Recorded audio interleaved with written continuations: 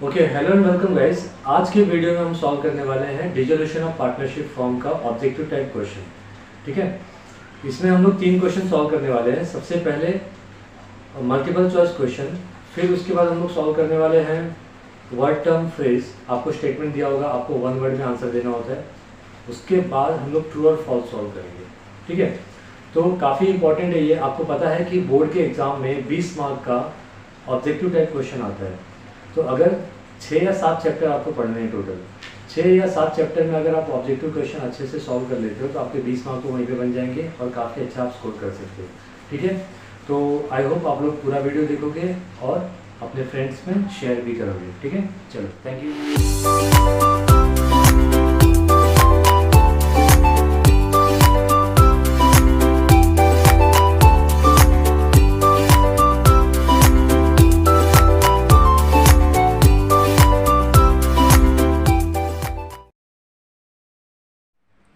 Okay, question 1 का A. In case of dissolution assets and liabilities are transfer to dash account. जब dissolution अपन करते हैं तो सम आपने किया होगा, आपको पता होगा। बैलेंस शीट आपको क्वेश्चन के अंदर दिया होता है। बैलेंस शीट में क्या होती है, एसेट्स लायबिलिटी होती है। उसको हम कहाँ ट्रांसफर करते हैं, रियलाइजेशन अकाउंट में। तो right answer is realisation account. ठीक है, नेक्स्ट है dissolution expenses are credited to dash account. Dissolution expense का दूसरा नाम है रियलाइजेशन एक्सपेंस। ठीक है, ऑलवेज रिमेंबर, इसका दूसरा नाम क्या है, रियलाइजेशन एक्सपेंस। और ये कौन से अकाउंट को क्रेडिट करते हैं, तो ये कैश और बैंक को क्रेडिट करते हैं। ठीक है, देखो रियलाइजेशन एक्सपेंस है ना, आप रियलाइजेशन के डेबिट साइड में लिखते हो और कैश और बैंक के क्रेडिट साइड में लिखते हो। अगर आप लोग क्वेश्चन ध्यान से किए होगे तो आपको याद होगा। ठीक है, तो कौन सा अकाउंट क्रेडिट होता है, कैश और बैंक अकाउंट क्रेडिट होता है। Okay, deficiency of insolvent partner. Insolvent partner कौन होता है, जिसका एसेट्स कम होता है। ठीक है, इंसॉल्वेंट पार्टनर कौन होता है, जिसका एसेट्स कम होता है और लायबिलिटी क्या होती है, ज़्यादा होती है। ठीक है, उसका deficiency will be suffered bye solvent partners in their dash ratio. तो समझो 3 पार्टनर हैं, ए बी और सी, है ना। इनका रेशियो है 2:2:1। सी समझो इंसॉल्वेंट हो गया, है ना। तो इसके जो भी डेफिशिएंट कैपिटल रहेंगे वो कौन बेयर करेंगे, ए और बी बेयर करेंगे इन द रेशियो ऑफ 2:2। तो कौन से रेशियो में लोग बेयर करेंगे, प्रॉफिट शेयरिंग रेशियो में। नेक्स्ट अभी क्या है, if any assets is taken over by partner from the firm capital account will be. देखो पार्टनर्स अगर एसेट्स लेके जा रहा है, ठीक है, पार्टनर अगर क्या लेके जा रहा है, एसेट्स लेके जा रहा है अगर वो, ठीक है, तो हम लोग कहाँ लिखते हैं, रियलाइजेशन के क्रेडिट साइड में, पार्टनर्स कैपिटल के डेबिट साइड में। तो पार्टनर्स का कैपिटल क्या होगा, डेबिट होगा। ठीक है, आई होप आप लोग को समझ में आ रहा होगा। नेक्स्ट अभी क्या है, if any unrecorded liability. Unrecorded liability, unrecorded liability क्या होता है, जो बैलेंस शीट में रिकॉर्ड नहीं होता है उसको अनरिकॉर्डेड लायबिलिटी बोलते हैं। आपको क्वेश्चन सॉल्व करने के लिए बैलेंस शीट दिया होता है ना, ठीक है, तो उस बैलेंस शीट में अगर कोई लायबिलिटी नहीं है लेकिन एडजस्टमेंट में आपको वो लायबिलिटी का नाम दिया हुआ है, ठीक है, तो क्या करने का, तो if any unrecorded liability is paid on dissolution of the firm dash account is debited. तो डिसोल्यूशन के टाइम पे अगर कोई अनरिकॉर्डेड लायबिलिटी पे कर रहे हो तो आप रियलाइजेशन अकाउंट को क्या करोगे, डेबिट करोगे। ठीक है, फिर उसके बाद क्या है, partner is completely dissolve, partnership is completely dissolve when the partners of the firm become dash. ठीक है, जब पार्टनर्स, जैसे समझो कंपनी में 2 पार्टनर है ए और बी, ए भी इंसॉल्वेंट हो गया, बी भी इंसॉल्वेंट हो गया, तो पार्टनरशिप क्या हो जाएगी, कम्प्लीटली डिसॉल्व हो जाएगी। अब कम्प्लीटली यहाँ पे वर्ड बोला है, इसके लिए दोनों का इंसॉल्वेंट होना ज़रूरी है। अगर समझो पार्टनरशिप फर्म चल रहा है और ए इंसॉल्वेंट हो गया, है ना, सॉरी बी इंसॉल्वेंट हो गया, अगर ए सॉल्वेंट है तो वो क्या कर सकता है, किसी और को एज अ पार्टनर, जैसे सी को एज अ पार्टनर क्या किया उसने, अपने साथ रख लिया, बी को निकाल दिया क्योंकि बी इंसॉल्वेंट हो गया, तो पार्टनरशिप फर्म तो जिंदा रहेगी ना, पार्टनरशिप फर्म तो चलेगा ना। लेकिन दोनों अगर इंसॉल्वेंट हो गए तो कम्प्लीटली पार्टनरशिप फर्म क्या हो जाएगा, डिसॉल्व हो जाएगा। तो इसका राइट आंसर क्या होगा, इंसॉल्वेंट। ठीक है, फिर नेक्स्ट अभी है, assets and liabilities are transfer to realisation account at their dash value. तो अपने को बैलेंस शीट क्वेश्चन सॉल्व करने के लिए क्या दिया रहता है, बैलेंस शीट दिया रहता है। बैलेंस शीट में जो वैल्यू होती है ना उसको बुक वैल्यू बोलते हैं। ठीक है, तो हम लोग जो बैलेंस शीट में वैल्यू दी होती है सेम एज इट इज़ हम लोग क्या करते हैं, रियलाइजेशन में उसको ट्रांसफ़र करते हैं, उसमें कोई भी चेंजेस नहीं करते हैं। ठीक है, तो उसको बुक वैल्यू पे ट्रांसफ़र करना बोलते हैं। क्या क्या करते हैं, ट्रांसफ़र करते हैं। तो कौन सी वैल्यू पे करते हैं, बुक वैल्यू पे करते हैं। ठीक है, फिर if the number of partners in a firm falls below two the firm stands.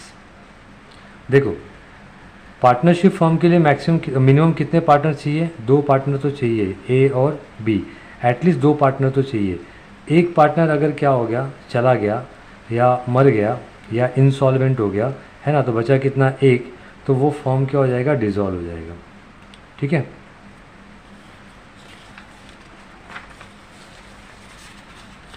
अभी 9th क्वेश्चन पे आ जाओ। Realisation account is dash on realisation of assets. तो रियलाइजेशन अकाउंट को हम लोग क्या करते हैं, देखो आपको एसेट्स है ना, क्वेश्चन में 2 जगह पे दिया रहता है। एक कहाँ पे दिया रहता है, आपको बैलेंस शीट में क्वेश्चन में दिया रहता है। दूसरा कहाँ पे दिया रहता है, एडजस्टमेंट में दिया रहता है ना। तो दोनों की पोस्टिंग हम लोग रियलाइजेशन में अलग तरीके से करते हैं। बैलेंस शीट में जो एसेट्स होते हैं उसको हम लोग रियलाइजेशन के डेबिट साइड में पोस्ट करते हैं, और एडजस्टमेंट में जो एसेट्स होते हैं उसको हम लोग रियलाइजेशन के क्रेडिट साइड में पोस्ट करते हैं। आई होप आप लोग को ये पता होगा। ठीक है, तो यहाँ पे क्या लिखा है, realisation account is debited is dash on realisation of assets. तो एसेट जब रिलीज़ होगा, यानी एसेट जब क्या होगा, बेचेंगे हम लोग, रिलीज़ करना यानी बेचना। ठीक है, तो रियलाइजेशन अकाउंट क्या होगा, क्रेडिट होगा। ठीक है, ओके। नेक्स्ट अभी क्या है, all activities of partnership firm ceased on dash of the firm. Cease करना मतलब बंद करना। ठीक है, तो ऑल एक्टिविटीज़, एक्टिविटी मतलब क्या, पार्टनरशिप फर्म है तो फर्म में होता क्या है, बाइंग एंड सेलिंग होता है और भी दूसरे काम होते हैं, है ना। तो वो सारे जो काम होते हैं उसको एक्टिविटीज़ बोलते हैं। तो वो एक्टिविटीज़ क्या हो जाएगी, बंद हो जाएगी। कब, जब फर्म क्या होएगा, डिजोल्व होएगा, यानी डिजोल्यूशन। ठीक है, तो all activities of partnership firm ceased on dissolution of firm. तो फर्म जब डिजोल्व होएगा तो सारी पार्टनरशिप की एक्टिविटीज़ होगी वो क्या हो जाएगी, ख़त्म हो जाएगी, सीज्ड हो जाएगी। ठीक है,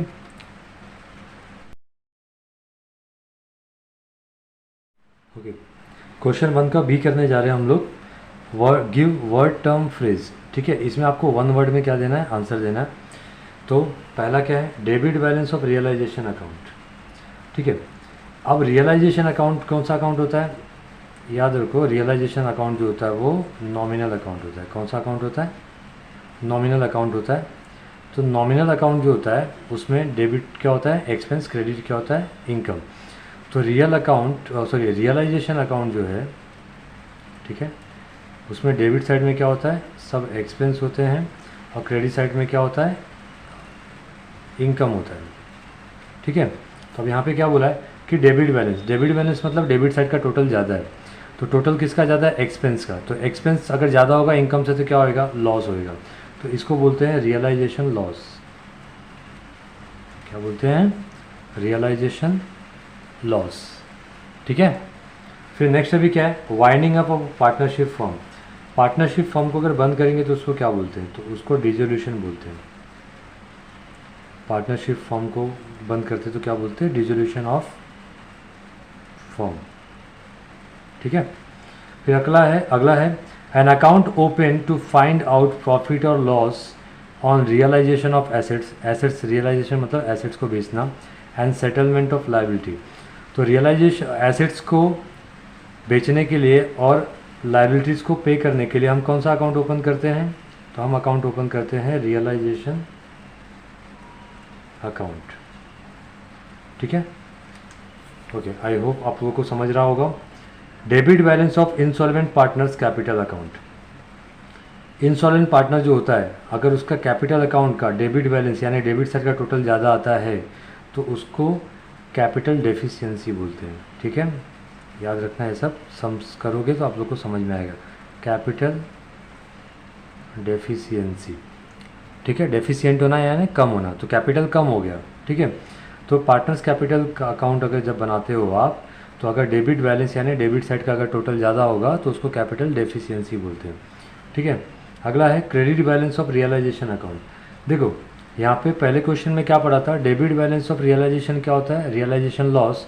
तो credit balance of realisation account क्या होगा, इनकम होगा। यहाँ से भी समझा देता हूँ, रियलाइजेशन अकाउंट में कौन सा अकाउंट है, नॉमिनल अकाउंट है, ये मैंने बताया था। ठीक ठीक है। अब रियलाइजेशन अकाउंट में डेबिट साइड में हम एक्सपेंस रिकॉर्ड करते हैं, क्रेडिट साइड में इनकम, और इनकम अगर ज़्यादा होगा एक्सपेंस से तो ऑब्वियसली आपको क्या होने वाला है, प्रॉफिट। तो इसको बोलते हैं रियलाइजेशन प्रॉफिट,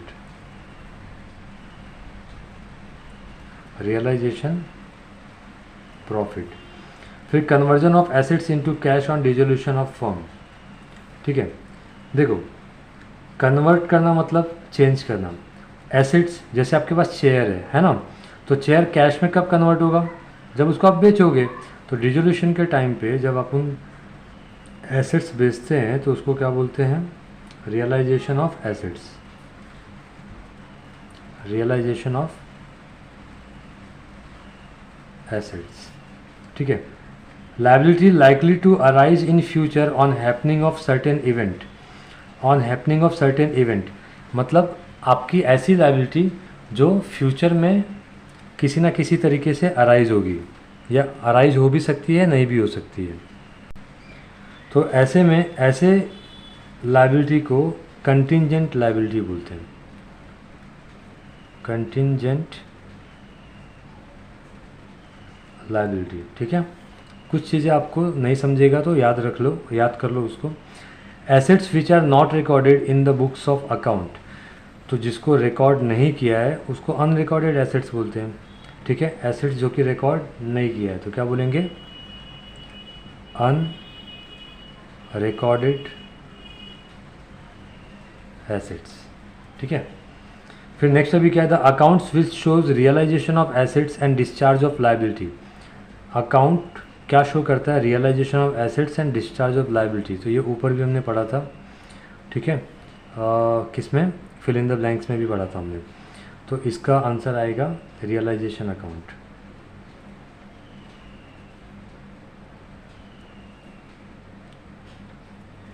फिर expenses incurred on dissolution of firm. Firm जब अपन क्या करते हैं, डिसॉल्व करते हैं, यानी जब बंद करते हैं, है ना, तो उस टाइम पे कुछ एक्सपेंसेस होते हैं, उस एक्सपेंसेस को बोलते हैं डिसोल्यूशन एक्सपेंस, या फिर बोलते हैं रियलाइजेशन एक्सपेंस, ठीक है। आई होप आप लोग को समझा होगा, ठीक है। ओके, क्वेश्चन 1 का हम लोग सी करने जा रहे हैं। यहाँ पे क्या करना है अपने को, ट्रू और फॉल्स।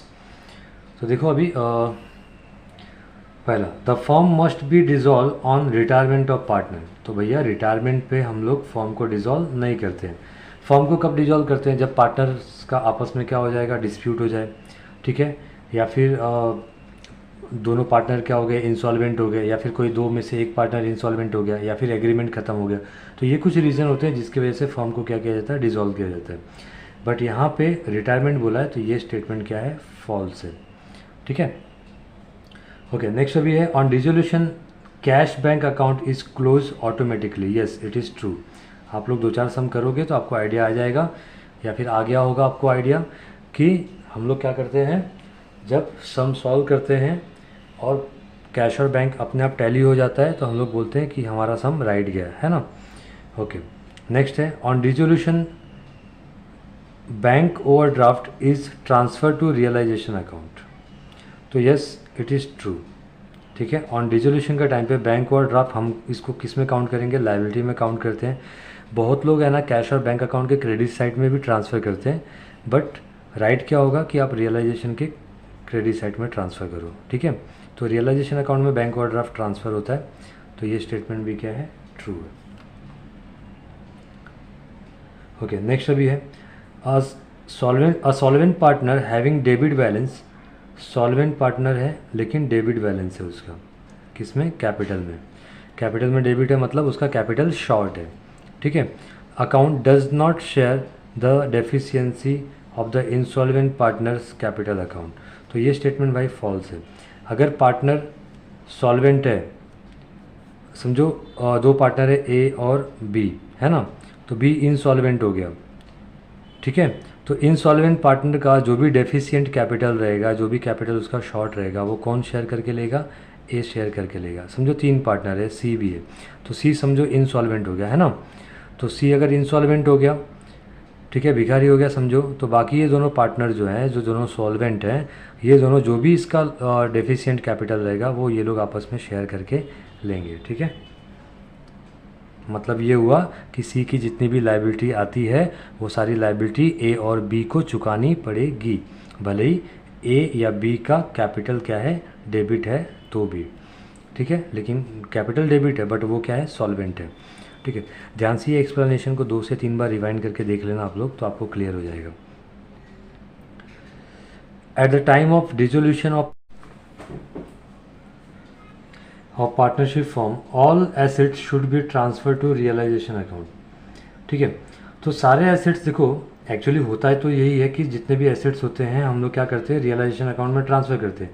बट कैश भी तो एसेट्स है ना, कैश और बैंक एसेट्स है, तो उसको हम कहाँ ट्रांसफ़र करते हैं, कैश और बैंक अकाउंट में हम लोग क्या करते हैं, ट्रांसफ़र करते हैं। ठीक है, तो कैश और बैंक अकाउंट में ट्रांसफ़र होता है, तो इसके लिए यहाँ पे ऑल जो वर्ड यूज़ किया है इसके वजह से ये स्टेटमेंट क्या हो रहा है, फॉल्स हो रहा है।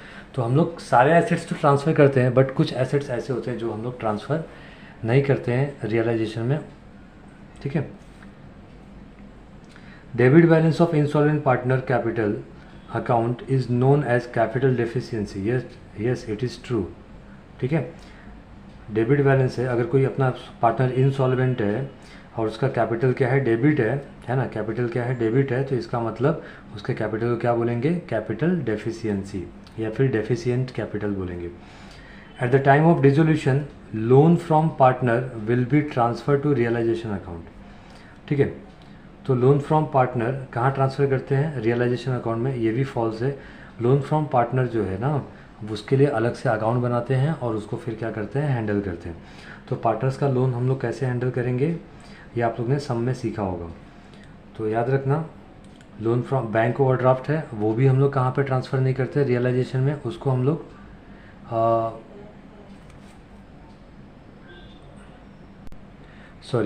बैंक ओवरड्राफ्ट हम लोग कहाँ ट्रांसफ़र करते हैं, रियलाइजेशन अकाउंट में ट्रांसफ़र करते हैं, उसको लायबिलिटी समझ के। ठीक है, और पार्टनर्स का जो लोन होता है उसको हम लोग रियलाइजेशन में ट्रांसफ़र नहीं करते हैं। ठीक है, उसको हम लोग क्या करते हैं, अलग से अकाउंट बनाते हैं, लोन फ्रॉम पार्टनर्स का अलग से अकाउंट बनाते हैं, फिर उसको सेटल करते हैं। ठीक है, फिर अगला है dissolution takes place when the relation among the partners came to an end. Yes it is true. Dissolution takes place मतलब डिसोल्यूशन होता है जब relation among the partners comes to an end. जब पार्टनर्स के बीच का रिलेशन खत्म हो जाएगा तो पार्टनरशिप फॉर्म रह के करेगा क्या, तो yes it is true. The insolvency loss at the time of dissolution of the firm is shared by solvent partners in their profit sharing ratio। ये तो कम से कम हम लोग दूसरी या तीसरी बार पढ़ रहे हैं। ठीक है, फिल इन द ब्लैंक्स में भी आया था और वर्ड टर्म फ्रेज में भी आया था। Yes it is true. ठीक है, जो भी डेफिशिएंट पार्टनर होगा मतलब जो भी इंसॉल्वेंट पार्टनर होगा उसकी इंसॉल्वेंसी की वजह से जो भी लॉस होएगा वो सॉल्वेंट पार्टनर को बेयर करना पड़ता है। Realisation loss is not transfer to solvent partners capital account. Realisation loss जो होता है वो ट्रांसफ़र हम नहीं करते हैं, कहाँ पे ट्रांसफ़र नहीं करते हैं, सॉल्वेंट पार्टनर्स इंसॉल्वेंट पार्टनर्स के कैपिटल में। तो ये एक्चुअली फॉल्स है। रियलाइजेशन लॉस जितना भी होगा वो जितने भी पार्टनर होते हैं चाहे सॉल्वेंट हो चाहे इंसॉल्वेंट हो सबको क्या किया जाता है, उनके प्रॉफिट शेयरिंग रेशियो में डिस्ट्रीब्यूट किया जाता है। तो ये स्टेटमेंट फॉल्स है। ओके चलो।